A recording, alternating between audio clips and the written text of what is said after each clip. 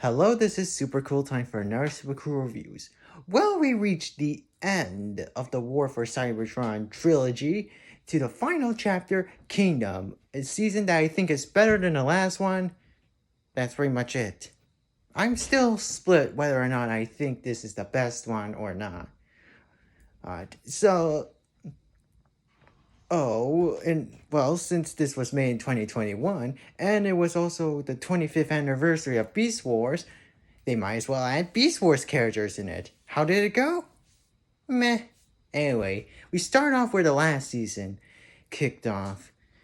The Ark and the Nemesis are crashing down on Earth. Once they arrive, they meet the Maximals and Predacons, who revealed to be their descendants and come from a timeline where the Allspark was never recovered and Cybertron was basically left to die. They're the only ones left, and they're engaged in a war, a Beast War, if you will. So the Autobots and the Maximals must find the Allspark, get it back to Cybertron, and also stop the Decepticons and Predacons while also preparing for a bigger threat that's larger than all of this. So let's talk about the pros. Pros is the writing slightly better. It's more consistent. Instead of you following one group, instead of coming back to Earth and then coming back to Cybertron and back and forth, it's more consistent. The voice acting slightly better, for the most part. Optimus' voice, he does yell a lot, but not as much in this season. And he's starting to get approved. I also like how Starscream gets a lot more development in this season.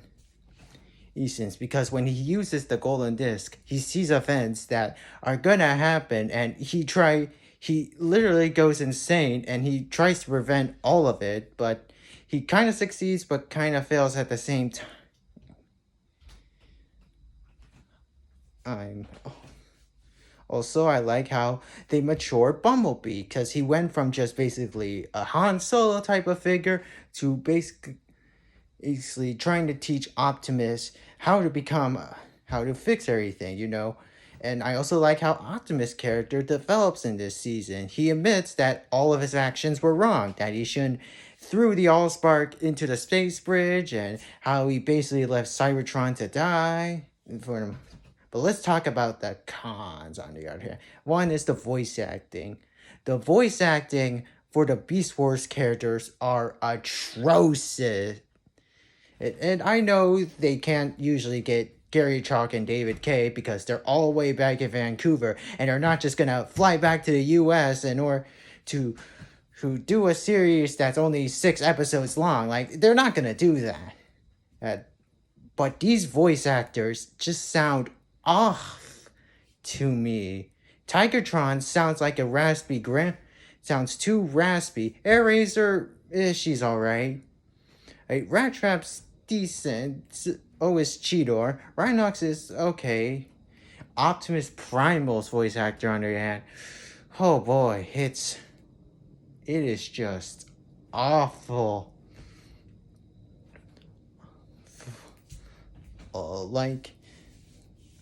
He sounds like, "My name is Optimus Primal. We're from your future."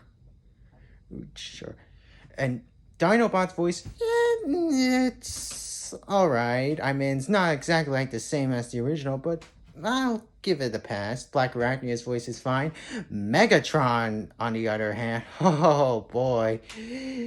He sounds like less of a warlord and more of a simp, because this is basically Predacon Megatron's portrayal in this series. He's a simp to Megatron. And Tron, he honestly cares for him, asks to treat him, and also does mostly everything for him, like a simp does. But anyway. And of course, Optimus Prime finds the Allspark, but finds out it's dying due to a symbiotic relationship with Cybertron or something, and they need to get it back home.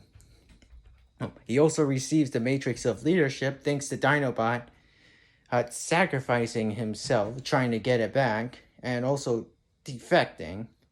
And thanks to Air Razor's words, her Decepticons plan to launch the attack on the Autobots, But surprise, surprise, Deus Ex Machina, the Ark transforms into a giant robot, saying that during their time in the dead universe, they see multiple timelines, and thus he creates schematics to transform. Anyway, hey, once back on Cybertron, they find it's mostly desolated, and everyone that was previously on it is dead at this point.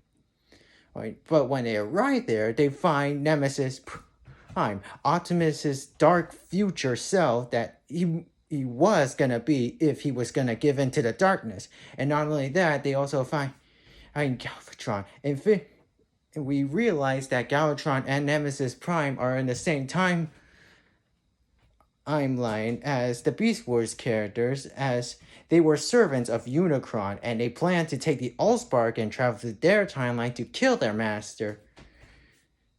But Megatron and Optimus Prime working together, they defeat Nemesis and Galvatron, and also the help of disembodied sparks of their fallen comrades.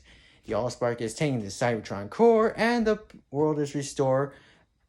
Or it's a peace treaty between the two sides, I guess. I don't know. Or maybe the war is over. I don't know. It's never really explained.